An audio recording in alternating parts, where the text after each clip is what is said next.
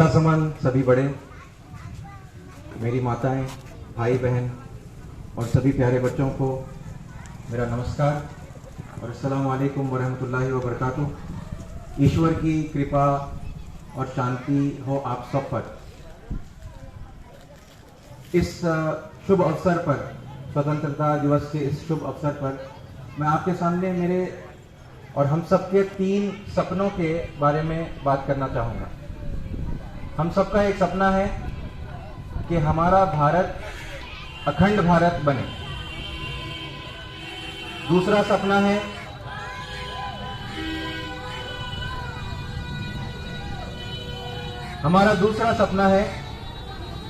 कि हमारा भारत विश्व गुरु बने। और हमारा तीसरा सपना है कि भारत माता की जय का जो नारा है वो सिर्फ भारतवासी ही नहीं बल्कि दुनिया के सभी लोग लगाएं। और इस सिलसिले में मैं एक छोटी छोटी 2-3 बातें आपके सामने रखूंगा। देखिए, जब हमें 1947 में इंडिपेंडेंस मिली तो इस खुशी के इंडिपेंडेंस मिलने के साथ साथ एक बड़ा दुख का वाकया भी हमारे साथ हुआ, और वो ये था कि हमारे देश का विभाजन हुआ। ठीक है, देश 2 टुकड़ों में बटा, पाकिस्तान बना, और फिर उसके आगे आप जानते हैं कि पाकिस्तान भी एक नहीं रहा, वो पाकिस्तान और बांग्लादेश बन गए।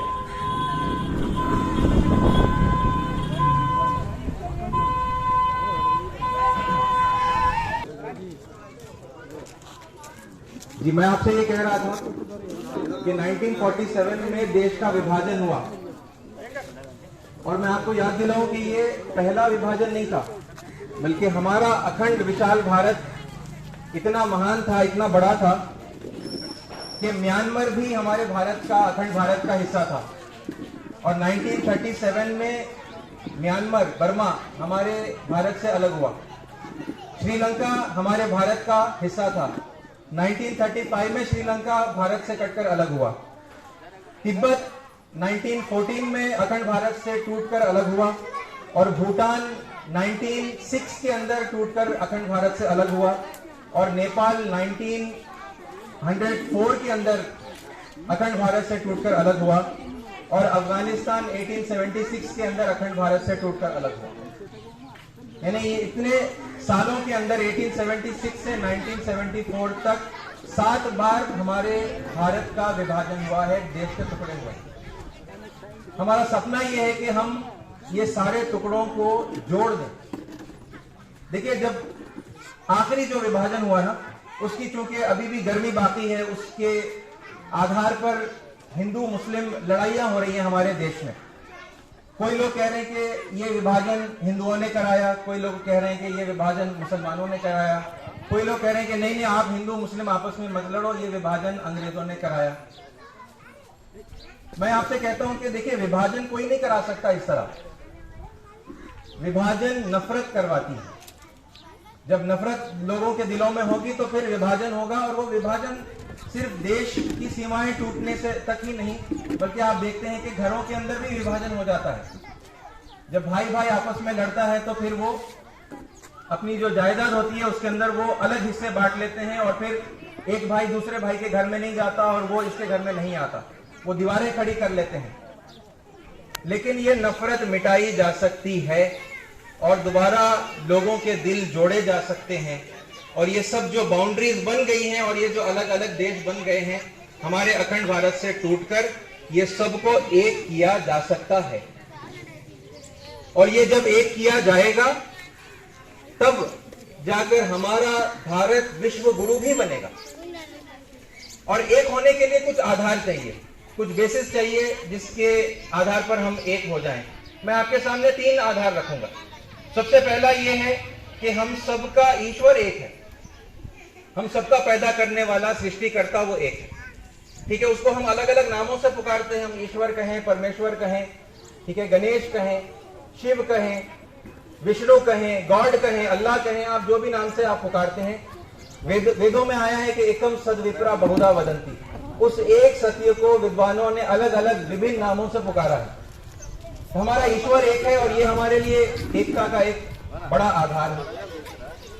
फिर दूसरी बात क्या है, हमारा जो धर्म है वो भी एक है। देखने में ये अलग अलग हमको धर्म मालूम होते हैं, मगर वास्तव में ये सारे धर्म एक ही हैं और वो है सनातन धर्म। और उसकी शिक्षाओं को जब आप उठाएंगे, वेदों से उसकी शिक्षा को लेंगे, गीता से उसकी शिक्षा को लेंगे, बाइबल से उसकी शिक्षा को लेंगे और कुरान से अगर आप शिक्षाओं को लेंगे और आप कंपेयर करेंगे तो आपको पता चलेगा कि शिक्षाएं तो एक ही हैं। जो शिक्षा दी गई है धर्म की वो एक ही है। और मैं उसमें से आपको भगवत गीता का एक खूबसूरत श्लोक पढ़कर सुनाना चाहूंगा, जिसमें हमारे श्री कृष्ण योद्धा अर्जुन को कह रहे हैं। ये अध्याय नंबर 18 श्लोक नंबर 62 के अंदर श्री कृष्ण अर्जुन से कह रहे हैं कि तमेव शरणं गच्छा सर्वभावेन भारता तत्प्रसादात् पराम शांतिं स्थानम प्राप्स्यसि शाश्वतम। क्या कह रहे हैं? श्री कृष्ण अर्जुन से कह रहे हैं कि हे भारत, तू सब प्रकार से उस परमेश्वर की ही शरण में जा। उस परमात्मा की कृपा से ही तुझे परम शांति तथा सनातन परम धाम प्राप्त होगा। यानी इस जीवन में शांति अगर प्राप्त करना है तो फिर उस परमेश्वर की ही शरण में हमें पूरे तरीके से जाना चाहिए। और फिर स्वर्ग चाहते हैं मरने के बाद तो फिर उस परमेश्वर की शरण में जाना चाहिए। इसी को अरबी में इस्लाम कहते हैं। अपने आप को सब प्रकार से उस परमेश्वर की शरण में जाने को अरबी में इस्लाम कहते हैं। ऐसा करने वाले को मुस्लिम कहते हैं।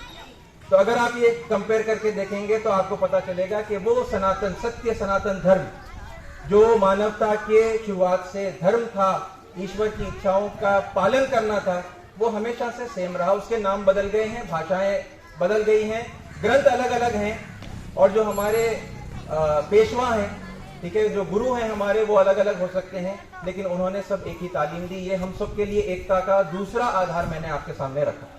और तीसरा आधार आपको पता है क्या है? कि हम सबके माता पिता एक ही हैं। ये हम जानते हैं, है ना। आदि दंपत कौन है? शिव और पार्वती हैं। क्रिश्चियंस उनको एडम एंड ईव कहते हैं, मुसलमान आदम और हवा कहते हैं।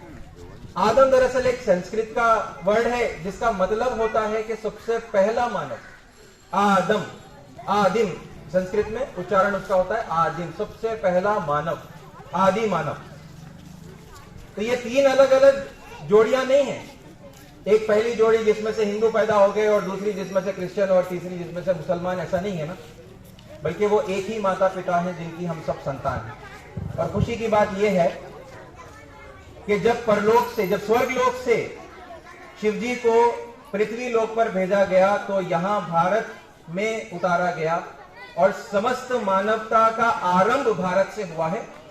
तो दुनिया के जिस कोने में भी आज लोग बसते हैं उनका कहीं ना कहीं से कनेक्शन है, रिलेशन है हमारे भारत से, क्योंकि मानवता की शुरुआत भारत से हुई। और अगर ये बात दुनिया को याद दिलाई जाए और हम एक होकर याद दिलाएं, है ना, और पूरी दुनिया को हम एकता का अगर संदेश देंगे तो फिर सिर्फ हिंदुस्तानी, सिर्फ भारतीय लोग ही नहीं बल्कि पूरी दुनिया के लोग भारत माता की जय कहेंगे। ठीक है, ये मेरा सपना है, आपका भी सपना है। इसको हम पूरा करने की मिलकर कोशिश करें। धन्यवाद।